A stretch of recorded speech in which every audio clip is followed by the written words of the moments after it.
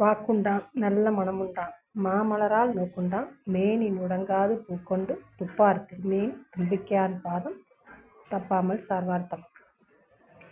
இப்போ இந்த வீடியோவில் செவ்வாய் நீசம் பெற்றால் என்ன பலன், அது நீச பங்கமான என்ன பலன் இருக்கும், நீச பங்க ராஜயோகம் என்ன எப்படி செய்யும் அப்படிங்கிறத பார்க்கலாம். இப்போ இந்த நீசம், நீசபங்கம், நீசபங்க ராஜயோகம் இதுக்கு 3 கிரகங்கள் தான் எடுத்துக்க போகிறோம். இப்போ செவ்வாய் நீசமானா என்ன பலன் அப்படிங்கிறத பார்ப்போம். செவ்வாய் கடகமணி, இது கடகராசி, மேசம், ரிஷபம், மிதுனம், கடகம். கடகராசியில் செவ்வாய் நீசமாவார்.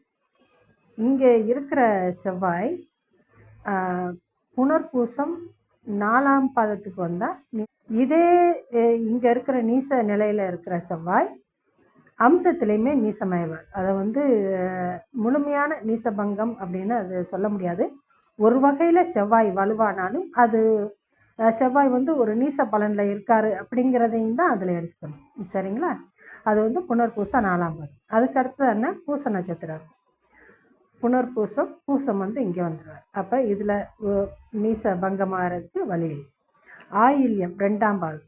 ஆயில்யம் 2ஆம் பாதத்தில் அதே மாதிரி அம்சத்தில் உச்சம் பெறணும்னா ஆயில்யம் 2ஆம் பாதத்தில் வந்தால் அம்சத்தில் உச்சமாவார் செவ்வாய் பகவான். அப்போ இதுக்கு நீச பங்கமாகும்.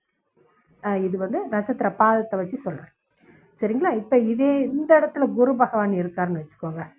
இந்த இடத்துல குரு இருக்கார். இந்த இடத்துல குரு இருந்து இந்த செவ்வாய் 7ஆம் பார்வையாக பார்த்தாருனாலும் நீச பங்கமாகும். அதே மாதிரி இங்கே குரு இருந்து பார்த்தாலுமே இதுவுமே நீச பங்கமாகும். 9ஆம் பார்வையாக பார்ப்பார். இங்கே குரு இருந்து பார்த்தாலும் சரிதான். குரு எந்த இடத்துல இருந்தாலும் இந்த 7ஆம் பார்வை, 5ஆம் பார்வை, குருவோட 9ஆம் பார்வை செவ்வாய்க்கு விழுகிற மாதிரி இருக்குன்னா இந்த செவ்வாய் பகவான் நீசமான பலனை குறைச்சிடுவார். அதாவது செவ்வாய் நீசமான என்ன பலன் இருக்குன்னா, இந்த ஜாதகருக்கு, அதாவது செவ்வாய் இந்த இடத்துல அமையப்பெற்ற ஜாதகருக்கு, கடகமனையில் செவ்வாய் அமையப்பெற்ற ஜாதகருக்கு பின்னால் வர்ற சகோதரம் தாமதமாகும். குறைஞ்சது ஒரு 4-5 வருடங்கள் கழித்து பிறக்கக்கூடிய சகோதரமாக இருக்கும். ரெண்டாவது அதுக்கப்புறமா பார்த்தீங்கன்னா சகோதரி உறவு நிலைகளில் ஒரு இணக்கமான நிலை இருக்காது. அவங்களுக்குள்ள மனஸ்தாபங்கள், மனக்கசப்புகள் இருக்கிற ஒரு நிலை இருக்கும். ரெண்டாவது, செவ்வாய் பகவான் உடல் வலுவை கொடுக்கக்கூடியவர். செவ்வாய் ஒரு ஜாதகருக்கு ஒரு நல்ல நிலையில் இருந்தால் மட்டுமே அவர் உடல் வலு உடையவராக சொல்ல முடியும்.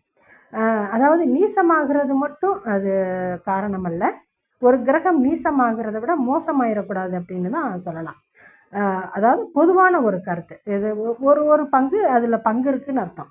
செவ்வாய் நீசமானா உடல் வலுவுக்கும் கொஞ்சம் பங்கம் இருக்கும் அப்படிங்கிறத சொல்லலாம். அதாவது முழுசாக ஆயிடும் அப்படின்னு அர்த்தம் இல்லை. இது ஒரு காரணம். செவ்வாய் நீசமாகும் போது உடல் வலு குறையும். இரத்தத்துக்கு காரணமான கிரகமும் செவ்வாய் தான். வீட்டுக்கு இடம், நில, புலன்கள், பூமிக்காரகன் செவ்வாய் தான்.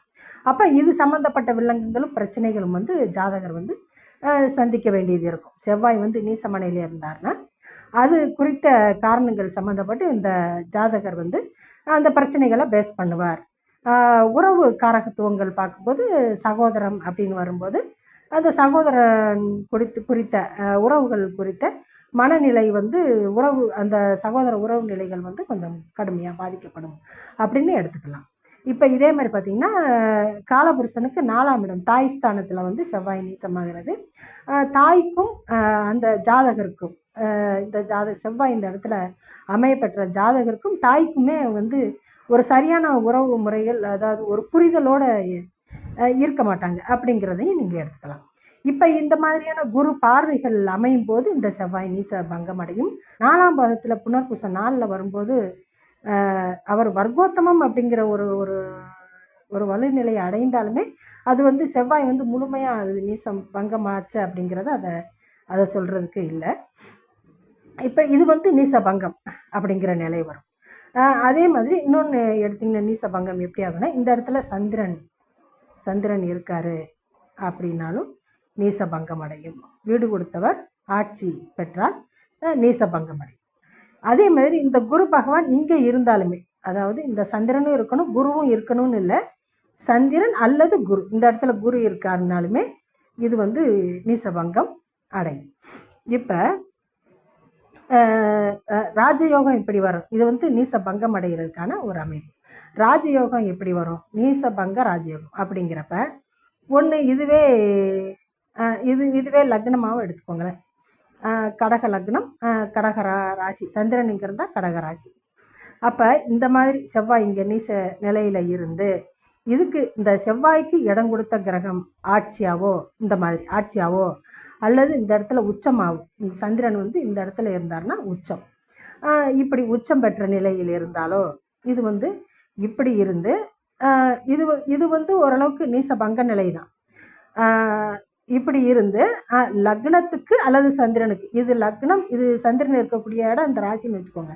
இந்த செவ்வாய் வந்து இந்த இடத்துலயே இருந்தா, அதாவது சந்திரனுக்கோ லக்னத்துக்கோ கேந்திரத்தில் இருக்கணும் அப்படின்னு சொல்லுறது தான் நீசபங்க ராஜ்யம். கேந்திரங்கிறது 1, 4, 7, 10. அப்போ இது 1ஆம் இடம் வந்து இந்த இடம் தான். 1ஆம் இடம் அதாவது சந்திரனோட இடம், அதாவது கடகமே லக்னமாகி ராசியாகி சந்திரன் அங்கே இருக்கும்போது சந்திரனுக்கோ லக்னத்துக்கோ கேந்திரத்தில் இந்த இடம் கொடுத்த கிரகம் வந்துடும், ஆட்சி பெற்ற அமைப்புலையும் வந்துடும். சரிங்களா? அதாவது சந்திரனுக்கோ லக்னத்துக்கோ கேந்திரத்தில் அமையும்.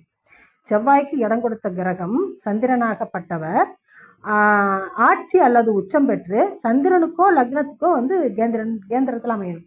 இந்த சந்திரனுங்கிறது இது அவரோட இடமே தான் இல்லைங்களா? சந்திரன் இருக்கக்கூடிய இடம் தான் ராசி. அப்படிங்கிறப்ப இந்த லக்னத்துக்கு கேந்திரத்தில் இருக்க 1ஆம் இடம்ங்கிறது கேந்திரஸ்தானம் தான். அப்போ வந்து இது நீசபங்க ராஜயோக அமைப்பு இதுதான். அதாவது செவ்வாய்க்கான வலுவை வந்து இந்த சந்திரன் சேர்த்துருவார். செவ்வாய்க்கான ஒரு அதிகாரப்பூர்வமான ஒரு வேலை, அரசாங்கத்தில் ஒரு யூனிஃபார்ம் அணியக்கூடிய ஒரு அமைப்பை சார்ந்த ஒரு வேலை அப்படின்னு வச்சுக்கோங்களேன். அந்த மாதிரி ஒரு நிர்வகிக்கக்கூடிய திறன் பெற்றவராக இந்த ஜாதகரை வந்து உயர்த்திடும் இந்த சந்திரன் இந்த இடத்துல உள்ள அமைப்பு. இது வந்து நீசபங்க ராஜயோகம் அப்படின்னு சொல்கிறது. அப்போ இதே சந்திரன் வந்து லக்னத்துக்கு இந்த இடத்துல இருக்காருன்னு வச்சுக்கோங்க. இந்த இடத்துல சந்திரன் இருக்கார். அப்போ இந்த சந்திரன் வந்து ஆட்சியோ உச்சமாக பெறலை. ஆனால் சந்திரன் வந்து லக்னத்துக்கு கேந்திரத்தில் இருக்கார். சந்திரன் வந்து பார்க்கார். இது வந்து நீசபங்க ராஜயோகம் அப்படிங்கிறது வராது, நீசபங்கம் தான் வரும். அதே மாதிரி இந்த இடத்துல சந்திரன் இருந்தாலுமே இது நீசபங்க ராஜயோகம் அப்படின்னு ராஜயோகம்னு வராது, நீசபங்கம் தான் வரும். சந்திரனுக்கோ அல்லது லக்னத்துக்கோ அந்த இடம் கொடுத்த கிரகம் வந்து கேந்திரத்தில் அமையும். 1, 4, 7, 10 அமைஞ்சாதான் அது ராஜயோகம் அமையும். இப்போ பாருங்க, இது வந்து எனக்கு கொடுத்த கிரகத்தை சொல்லியாச்சா, இந்த வீட்டில் ஆட்சி பெறக்கூடிய கிரகத்தை வச்சு சொல்லியாச்சு. இப்போ இது வந்து இந்த குரு பகவான் எடுத்துக்கோங்க. இந்த இடத்துல உச்சம் பெறக்கூடிய கிரகம் குரு பகவான். இந்த இடத்துல உச்சம் பெறக்கூடிய கிரகம் இந்த இடத்துல இருக்குது. இந்த இடத்துலயே உச்சம் பெறணும். அதாவது லக்னத்துக்கோ ராசிக்கோ கேந்திரத்திலிருந்து உச்சம் பெறணும். அப்போ இது 1ஆம் கேந்திரம். இந்த ராஜயோக அமைப்பு வரணும்னா சந்திரன் இங்கே இருக்கணும், இல்லைன்னா குரு இங்கே இருக்கணும். வேற எந்த இடத்துலையுமே ஆட்சி உச்சம் பெற்ற நிலையில் குரு வந்து ஆட்சி உச்சம் வராது. இங்கே வந்து திரிகோணத்தில் தான் வரும். இங்கே வந்து கேந்திரம் வரும். ஆனால் இங்கே வந்து குரு பகவான் நீச நிலையில் இருப்பார். குரு பார்வை கிடைக்கும், ஆனால் குருவுக்கு வலு சேர்க்காது. அப்படிங்கிறப்ப இந்த கடக லக்னத்துக்கு செவ்வாய் வந்து நீசபங்க ராஜயோகத்தை தரணும் அப்படிங்கிறதுனா சந்திரன் இங்கேயே இருக்கணும், அந்த ராசி இந்த லக்னத்திலேயே இருக்கணும், இல்லைன்னா குரு இங்கே இருக்கணும். இப்படி இருக்கும்போது தான் அந்த ராஜயோகத்தை அமைது. அதாவது சிறந்த ஒரு யோகம். அதாவது அந்த இடம் கொடுத்த ஒரு கிரகம் நீசமாகுதுன்னா அந்த கிரகத்துக்கு வந்து அதிகப்படியான ஒரு வலு சேர்க்கக்கூடிய தன்மை தான், அதாவது இடம் கொடுத்தவனுடைய வலு தான் அதிகப்படியான ஒரு வலு. அதுதான் வந்து நீசபங்க ராஜயோகம் அப்படின்றது சொல்கிற நிலை. நீசபங்கமானாலே ஜாதகருக்கு வந்து செவ்வாய் வந்து நீசமானா என்ன பலன்களை வந்து குறைவு வைப்பாரோ அந்த பலன் எல்லாமே செய்து தந்துடுவார். நீச பங்கமானாலுமே, அதாவது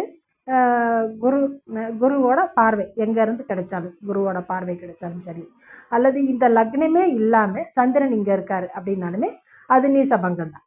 இடம் கொடுத்த கிரகம் வந்து ஆட்சி அமைகிறது வந்து செவ்வாயோட நீசத்தன்மையை போக்கிறோம். அதாவது சகோதர உறவு நிலையில் நல்ல உறவு நிலைகள் இருக்கும், பின் சகோதரன் இருக்கும், ஜாதகருக்கும் தாய்க்குமான உறவு நிலைகள் வந்து நல்லபடியாக இருக்கும். அதாவது வீடு நில புலன்கள் பத்திர விலங்குகள் சிக்கல் இருக்குன்னு சொல்லணும் இல்லையா, அதெல்லாம் மாறி இவருக்கு ஒரு வீடு ஏற்படக்கூடிய நிலை இருக்கும். அதுவே ராஜயோக அமைப்புக்கு வந்துச்சுன்னா அதாவது இதுவே லக்னமாக அமைஞ்சு அந்த இடத்துல கேந்திர திரிகோணங்கள்ல இந்த சந்திரனோ குருவோ இருக்குது. அதாவது திரிகோணம்ல கேந்திரத்தில் இருக்கும். இதுவே லக்னமாகி இதுவே ராசியாகி குரு இருந்தாலும் சரி, இல்லை குரு இல்லை இதுவே லக்னமாகி சந்திரன் இருந்தாலும் சரி, பல வீடுகள், ஒரு வீடு இல்லை 2 வீடு அந்த மாதிரி வீடுகள் இருக்கும், பல மாடி கட்டிடங்கள் இருக்கும், காம்ப்ளெக்ஸு, மண்டபங்கள், திருமண மண்டபம், இந்த ஸ்கூலு, இந்த மாதிரியெல்லாம் கட்டுறாங்க பார்த்தீங்களா, அவங்களுக்கு எல்லாமே வந்து இந்த மாதிரியான ஒரு அமைப்பு இருக்குது. நீசபங்க ராஜயோகங்கிறது, ராஜயோக அமைப்புங்கிறது இதுதான். செவ்வாய்க்கானது இந்த மாதிரி தான் வேலை பலன்கள் செய்யும். வந்து ஒன்று கடக லக்னத்துக்கும் மேட்ச் ஆகும், அல்லது இங்கே இந்த துலா லக்னத்துக்கும் மேட்ச் ஆகும். இங்கே லக்னனாலுமே இந்த இடத்துல லக்னம் அமையுது அப்படின்னாலுமே இது லக்னத்துக்கு 10ஆம் கேந்திரமாக வரும். அதாவது இந்த துலா லக்னத்துக்கு 10ஆம் இடத்துல, அதாவது கேந்திர திரிகோணம்ல கேந்திரத்தில் ஆட்சி உச்சம் பெற்ற நிலையாக இருக்குது. இந்த செவ்வாய்க்கு இடம் கொடுத்த கிரகம் இந்த இடத்துல ஆட்சி அமர்றது வந்து அமர்ந்து லக்னத்துக்கு கேந்திரத்தில் அமையிறது. ராசிக்கு இது கேந்திரமாக தான் இருக்கும். சந்திரன் இருக்கிற இடம் அது கேந்திரம் தான். லக்னத்துக்குமே சந்திரன் கேந்திரமாக உட்காந்துருப்பார். சந்திரன் வந்து கேந்திரமாக உட்காந்துருப்பார். அதே மாதிரி பார்த்தீங்கன்னா குருவுமே வந்து இந்த 2 கிரகங்கள் சேர்ந்தா இருக்குன்னு ஏதாவது ஒரு அமைப்பு வந்தாலும் இதை ராஜயோக அமைப்புக்கு எடுத்துக்கலாம். இந்த குருவும் பார்த்தீங்கன்னா இந்த இடத்துல இருக்கார், சந்திரன் இல்லை குரு மட்டும் இருக்காருனாலும் இது உச்சம் பெற்ற நிலையில் லக்னத்துக்கு கேந்திரத்தில் இருக்காரு அப்படின்னு எடுத்துக்கலாம். இந்த லக்னத்துக்கும் பொருந்தும். 2வது இங்கே மகரத்துக்கும் பொருந்தும். மகர லக்னமாக இருக்குன்னு வச்சுக்கோங்களேன். இந்த மகர லக்னம் இது லக்னமாக இருக்குது அப்படின்னா இந்த மகர லக்னத்துக்குமே 7ஆம் கேந்திரமாக வரும். இதுவுமே நிசபங்க ராஜயோக அமைப்பு இந்த லக்னத்துக்கு பொருந்தும். 2வது மேச லக்னத்துக்கும் பொருந்தும். இந்த சரலக்னங்களுக்கு இந்த இடத்துல இது வந்து நீசபங்க ராஜ யோகம் அப்படிங்கிறது வந்து பொருத்தமாக இருக்கும். இந்த செவ்வாய் வந்து நீச நிலை அப்படின்னு சொல்லி நீசபங்க ராஜயோகம்லாம் பேசுகிறோம். முக்கியமாக இதெல்லாம் இருந்தாலும் அதுக்கு மேலே ஒரு விஷயத்தை கருத்தில் வச்சுக்கிட்டு தான் இந்த யோகத்தை பார்க்கணும். யோகம் இருக்கா அப்படிங்கிறத நம்ம கன்ஃபார்மாக சொல்ல முடியும். இந்த இடம் கொடுத்த கிரகம், அதாவது நீசபங்க ராஜயோகம் அப்படின்னு என்னென்னா, ஒரு கிரகம் நீசம் அடையும் பொழுது அந்த கிரகத்துக்கு இடம் கொடுத்த கிரகம் ஆட்சி உச்சம் பெற்று அது சந்திரனுக்கோ லக்னத்துக்கோ கேந்திரத்தில் அமையும் பொழுது, அல்லது அந்த இடத்துக்குரிய இந்த கிரகம் எந்த இடத்துல நீசமடையுதோ அந்த இடத்தில் உச்சமாகும் கிரகம் ஆட்சி உச்சம் பெற்று லக்னத்துக்கோ சந்திரனுக்கோ கேந்திரத்தில் அமையும் பொழுது நீச பங்க ராஜ யோகத்தை ஏற்படுத்துது. இது ஒரு சைடில் அப்படியே வச்சுக்கிட்டு இப்போ எந்தெந்த லக்னத்துக்கெல்லாம் பொருந்துன்னு சொன்னோம். இந்த துலா லக்னத்துக்கு பொருந்தும், கடக லக்னத்துக்கு பொருந்தும், மகரத்துக்கு பொருந்தும், மேசத்துக்கு பொருந்தும். ஆனால் இந்த இடம் இருக்கக்கூடிய அதிபதி இருக்கார் பார்த்தீங்களா, இவரை வந்து கருத்தில் கொள்ளணும். இதாவது மேச லக்னத்துக்கு ஓகே இவர் வந்து வலு அடைஞ்சிடறாரு அப்படின்னு எடுத்துக்கலாம். அதே மாதிரி சந்திரன் அப்படிங்கிறப்ப இந்த லக்னத்துக்கும் ஓகே, இந்த இடத்துல சந்திரன் இருந்தாருன்னா அவர் ஆட்சி பலம் பெற்றுறாரு அப்படின்னது ஓகே எடுத்துக்கலாம். அதே மாதிரி இந்த இடத்துல சுக்கிரன் இதன் அதிபதி லக்னாதிபதியோட வலுவை முக்கியமாக பார்த்துக்கணும். எல்லாத்துக்கும் இதை பார்த்து இருந்தாலும் என்னதான் நீசபங்க ராஜயோகம் இருந்தாலுமே அதன் அதிபதி லக்னாதிபதியோட நிலை முக்கியம். லக்னாதிபதி கெட்டு போயிட்டார் அப்படின்னா இந்த யோகம் குலைஞ்சி போச்சு, யோகம் கிடையாது.